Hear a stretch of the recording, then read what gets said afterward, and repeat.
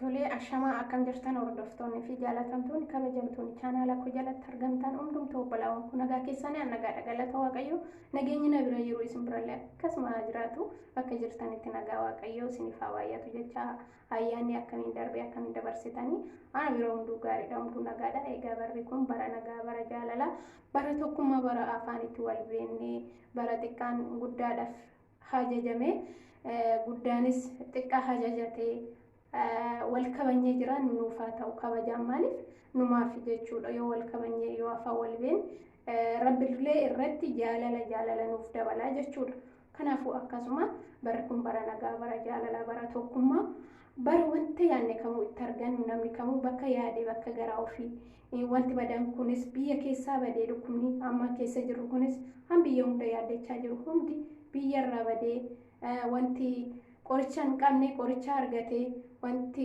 kamuu akka tastakakkalee bara kana keessatti gammannee jiran abdiin qaba jechuudha. Kanaafuu hunduma keessaniifuu nagaa caaluu isiniif haa baay'atu jecha egaa viidiyoo har'a qabadhee dhufettan sin dabarsa. Innis maalidha?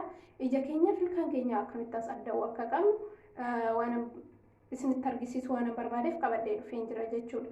Innis maalidha? Ija keenya akkam goone akka adda'uu qabnuu fi ilkaan keenya immoo saamunaa qofa bichaadhaan odoo hin taane wanta faayidaa hin qabu jennee yaannurra akka faayidaa argannu akka faayidaa guddaarraa argannu waanan argeef qabadhee dhufeen jira. Isinis immoo itti fayyadamaa faayidaa guddaarraa argadha. Isinin jedha ilkaan keenya adii akka jedhu ta'u iji keenya gonniin ishee fakkeenya bicaa taati jechuudha yeroo tokko darbee bicaa taati. Inni sun akkamitti yeroo kam akka qulqulleeffachuu qabnu maalidhaan akka qulqulleeffachuu qabnu qabadhee dhufeen jira. Kanaafuu na hordofaa ilkaan keenyaaf akkuma isiniin jedhe kasala qabadhee dhufeen jira jechuudha. Kasala kanaan qulqulleeffadha. Isin daakullee gootanii burushidhaan hojjetachuu ni dandeessu. Maaliif ani burushidhaan hojjetachuu waan ani hin barbaanne isuma kanaan akkanumatti rigee akkamitti akka adii ta'u isinitti argisiisaa jechuudha. Kanaafuu na hordofaa na faana tura. Haaluma kanaan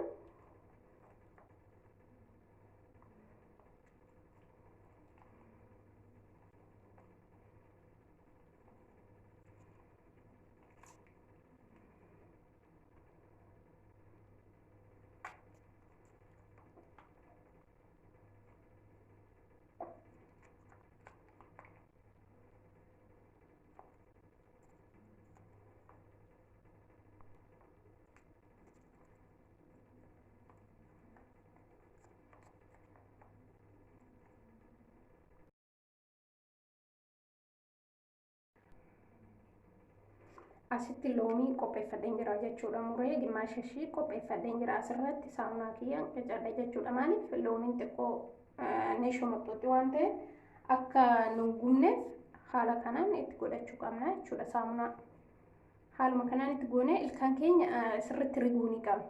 San booda buruushiidhaan keechaa gurraacha waan kasalli kan nutti hafu ta'e buruushiidhaan sirriitti addaanee keechaa baasuu qabna jechuudha. Kanaafuu kasalli immoo kasala hin faraffaramne odoo ta'e gaariidha kasalli. Haaluma kanaan erga saamunaa irratti qiceen booda loomicha ammaa saniin adda'uu qaba sirriitti jechuudha.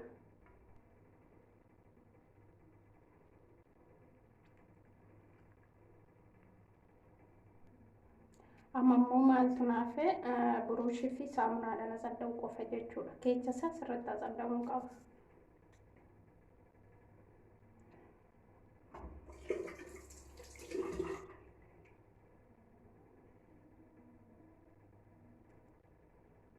Isinitti na mul'ata yoo ta'e haaluma kanaan keecha isaa sirriitti adda'uu qaba jechuudha.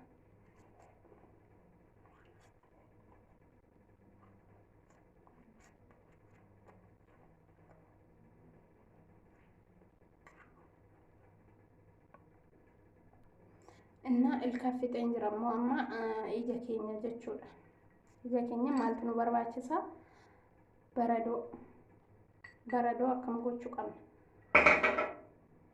Haaluma kanaan gubbaa ishiitti fi keecha ishiittis akkanumatti bishaan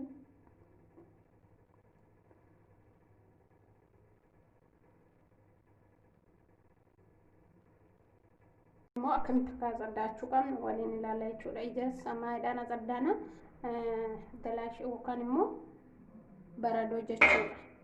Baradoo firiizerii keessaa fudhanneetuma ganama ta'e sa'aatuma dhiqannuttis yoo itti fayyadamne nuuf gaariidha. Ijji keenya caafiin goonniin ishii sirriitti adii nuuf taati. Kanaafuu haaluma kanaan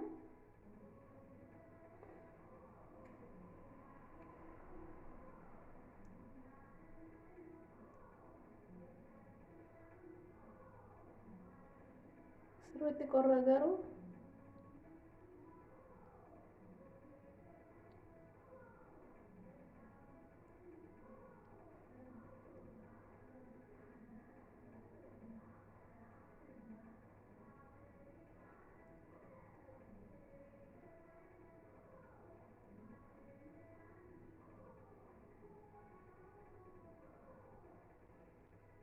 akka nurratti hin joomne ishiidhuma keessatti qabannee dhufnee fayyadamuu ni dandeenya.